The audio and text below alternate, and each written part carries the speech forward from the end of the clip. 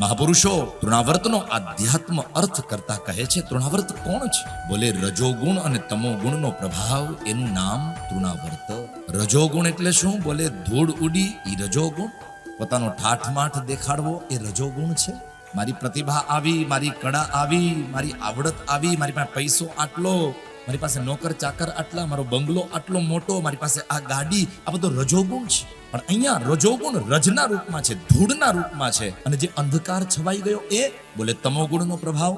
જીવનમાં તમોગુણ આવે એટલે અંધકાર છવાઈ જાય છે. ભાગવત મને તમને શીખવાડે, સમજાવે, રજોગુણનો ત્યાગ કરો, ઠાઠમાઠ દેખાડવાની જરૂરત નથી. તમોગુણનો ત્યાગ કરો. તમોગુણ એટલે અજ્ઞાન, અજ્ઞાન એટલે અંધકાર. જો તમોગુણના અંધકારમાં હું તમે ફસાઈ જશું તો પછી ભક્તિનો પ્રકાશ એ મને તમને દેખાશે નહીં, તો પછી ભગવાનને ક્યારે પ્રાપ્ત કરી શકશું? માટે રજોગુણ અને તમોગુણનો ત્યાગ કરી અને બને ત્યાં સુધી જીવનમાં સત્વગુણને સ્વીકારો. સત્વગુણને સ્વીકારો.